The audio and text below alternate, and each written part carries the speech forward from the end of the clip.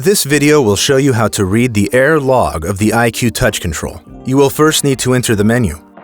Press the Start button 5 times while holding the Stop button. Fill in the password and press OK.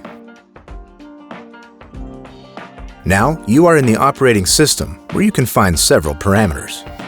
The error log contains a list of error codes, the source of the error, an event log, and the date plus time the error occurred. Please consult the list of error codes in the IQ Touch manual for more information. You can scroll up and down by using the arrow buttons. Scroll down until you see the error log.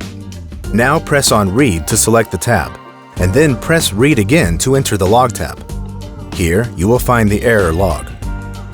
You can scroll up and down by using the arrow keys. To exit the error log, you simply press the red arrow button on the bottom right corner. Then press OK to deselect the error log, and press the Exit button to leave the menu. For more instructions, visit ultrasuninternational.com.